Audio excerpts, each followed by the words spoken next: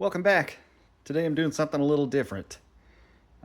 This is my review and impression of the GMC Sierra EV.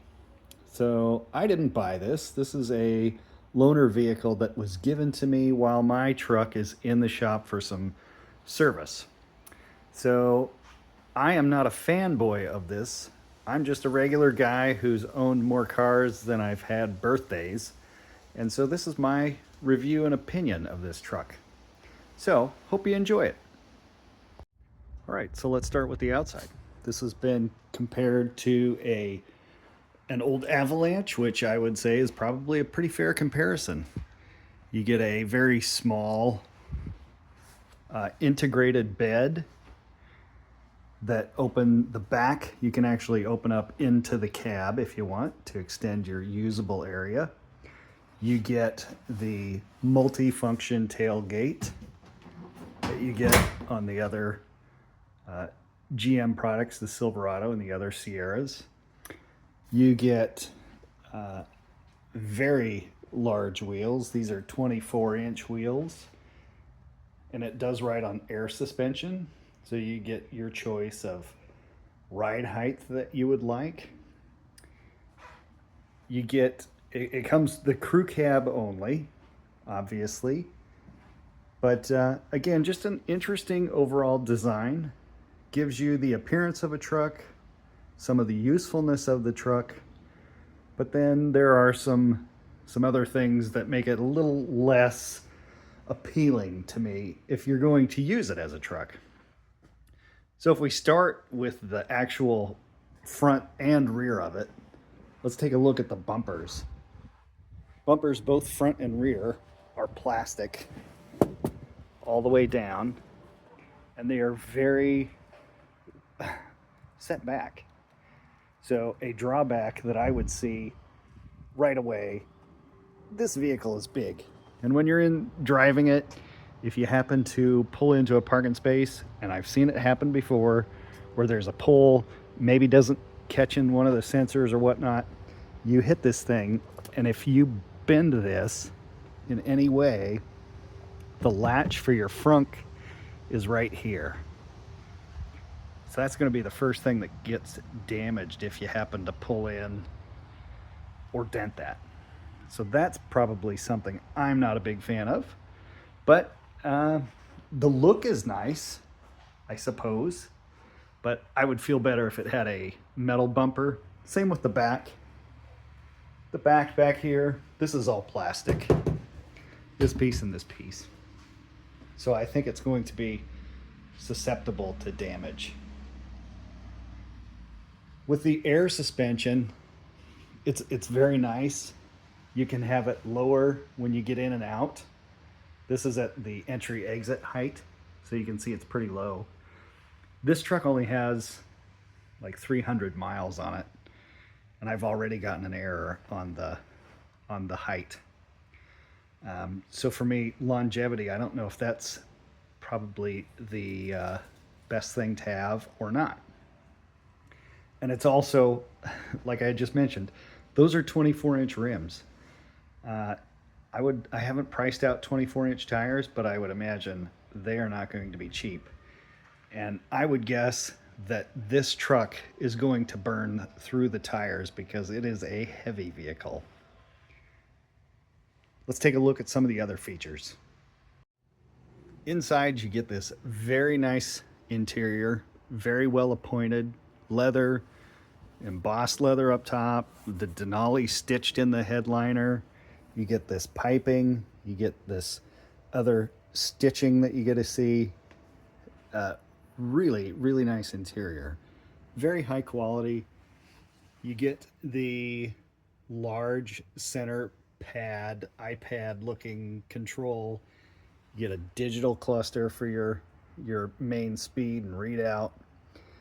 A lot of controls that are similar to what you would find in any other General Motors product, except a lot of these are now in that center stack. So a lot of controls that you may have a button for have now been moved into that center stack. Another nice feature, is this really large all glass roof. I believe that's probably one of the nicest things I've ever come across in a truck. The only thing it's not doesn't open, and you can't, there's no shade, so you're at the mercy of the sun when you're in some of these hot weather climates. The back seat is just as nice as the front. Lots of room in the back.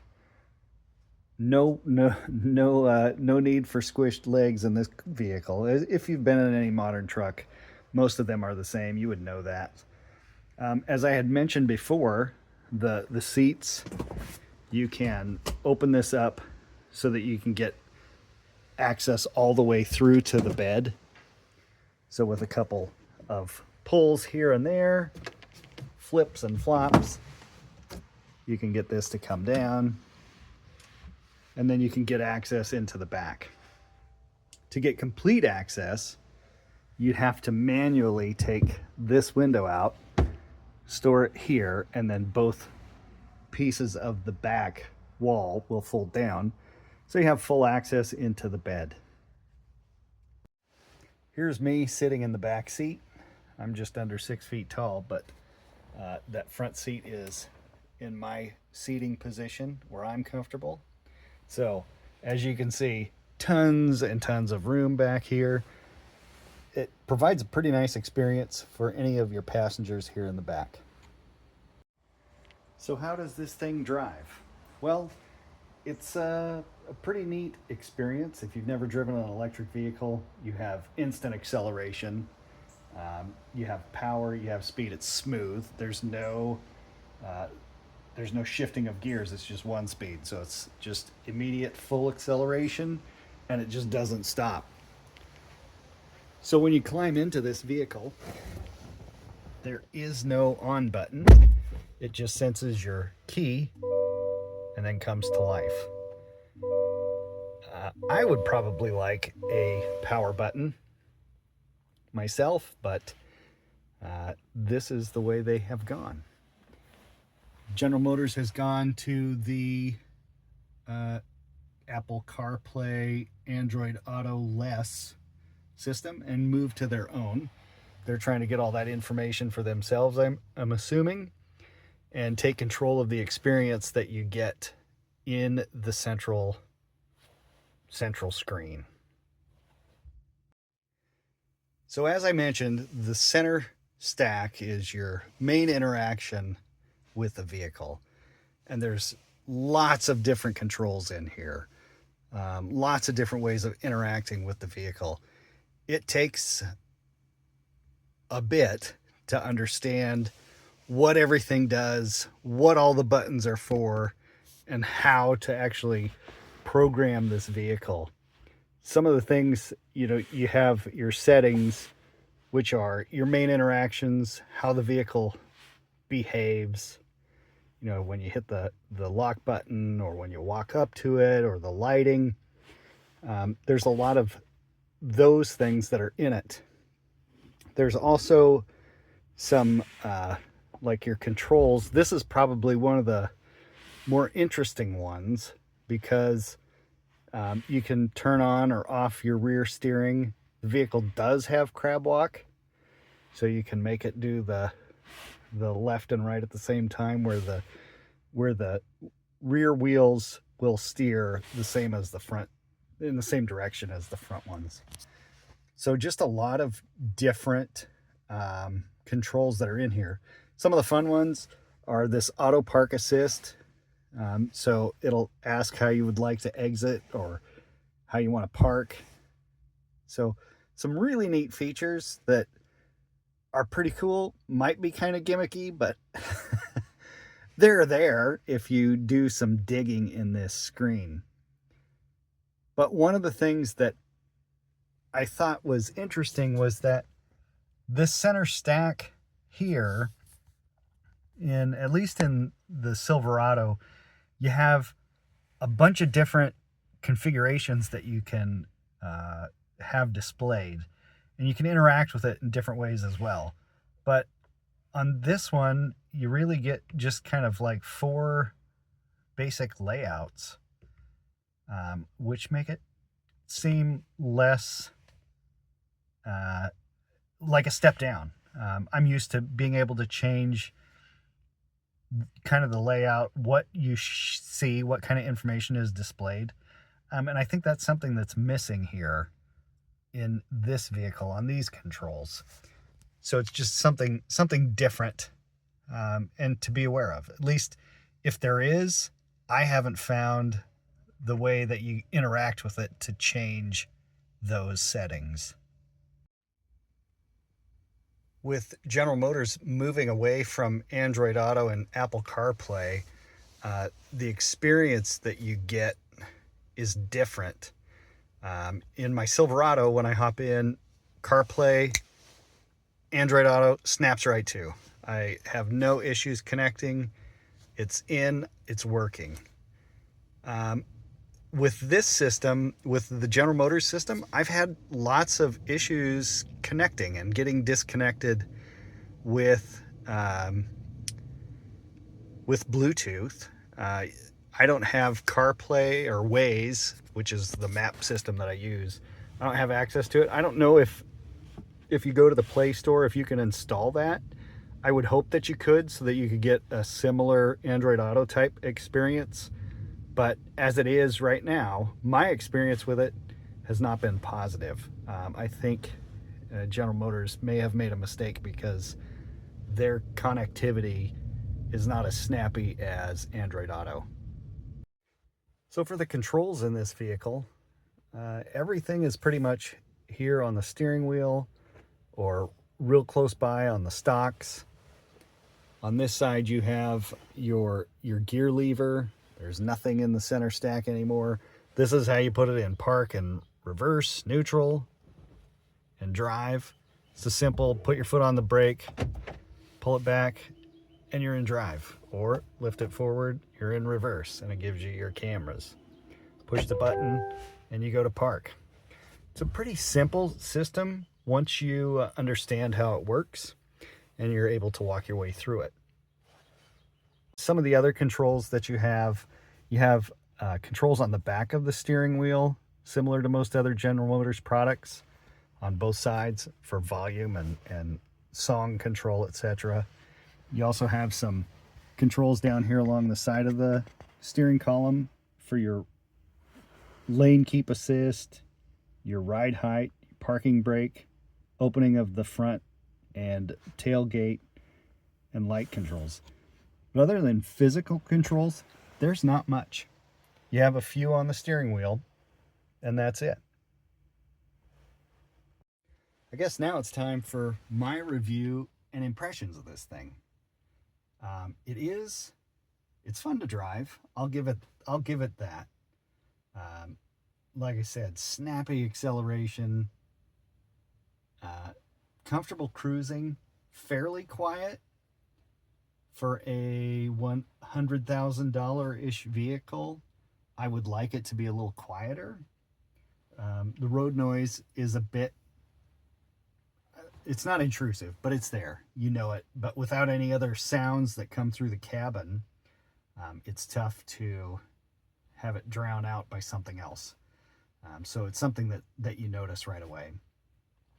As far as my impression of the battery, it is very large, has a huge capacity. When I was charging this, it said with a full charge that I would probably have around 500 miles of range. At that driving characteristic that I was in, I would probably question that. If you're doing a lot of city driving, you probably could get away with it. It would probably do it. When you get out on the freeway and you start doing freeway speed, 70, 80 miles an hour, your range drops quick. It hasn't been very cool or hot here. It's just been like 75, 80 degrees. So it's just been light air conditioning, maybe light heating every now and then. So I don't know what the impact would be if you were using that all the time. But I do know from my previous experience of owning an electric vehicle that does make a big difference when you start using the comfort, the climate controls, when it gets to the extremes, one way or the other, hot or cold. As far as the battery itself, so I went to a fast charging station. It was at 50 kilowatt, which isn't the fastest. In an hour, it gave me 20% battery. So if I extrapolate that out, it would take about 5 hours to fill a completely empty battery. The problem was that was about $27, $28 worth of electricity, and it gave me 93 miles of range. So at current gas prices, that would buy me about 160 miles of gas mileage in my 3/4 ton 6.6 liter gas powered truck. So that doesn't really work for me, based on the kind of driving I do and the way I want to use a vehicle. This wouldn't work for me, wouldn't be advantageous for me to do this. As I'd mentioned before, the tires on this thing, they're 24-inch. I would imagine they're not going to be cheap to replace. It's a very heavy vehicle, so you're going to have to replace those. And I know that's the argument, if you're just paying for the electricity, you don't have to change the oil that you do in a ICE vehicle. But there are other things that you do have to pay for if you get an electric vehicle. One of them right now is massive depreciation. That depreciation that you experience in an electric vehicle, when you add that into the equation, the overall equation of total cost of ownership, I think that's going to make a huge impact financially. So if somebody sits down and tries to calculate this all out, which way is better, gas or electric, I think that's one of the things that you definitely need to take into consideration is what is the total cost of ownership. Because in a couple years, if I paid $100,000 for this truck, and let's say in 4 years I could sell it and maybe get $40,000, that's a $60,000 hit. That's 15 grand a year in depreciation. That's over $1,000 a month to just say I drive an electric vehicle. That may not make the math work for most people. It certainly wouldn't for me if I was buying it new. If I was buying it used, then you have to look at a different calculation, and that is battery health and what it would cost to replace the battery. This battery is big, and maybe advancements in 5 years will make it so that it's less expensive to replace the battery. But that's something that you would definitely want to take into consideration when you are purchasing a new or used vehicle. So that's my honest opinion of this vehicle. My impressions. I think it's a great vehicle. I don't really want to call it a truck because I don't think it's a truck. You wouldn't want to use this to do a lot of trucky things, towing, maybe off-road. I don't know if I would take it off-road. That would be a risk. It is a very nice truck, quality craftsmanship throughout. The leather dash is really nice, the stitching, the electronics, everything that you get storage space in here, I think is top notch. I don't see the value proposition. So that's just my opinion. So thanks for taking the time to watch my review of this vehicle. Feel free to like, comment, subscribe, and thanks for watching.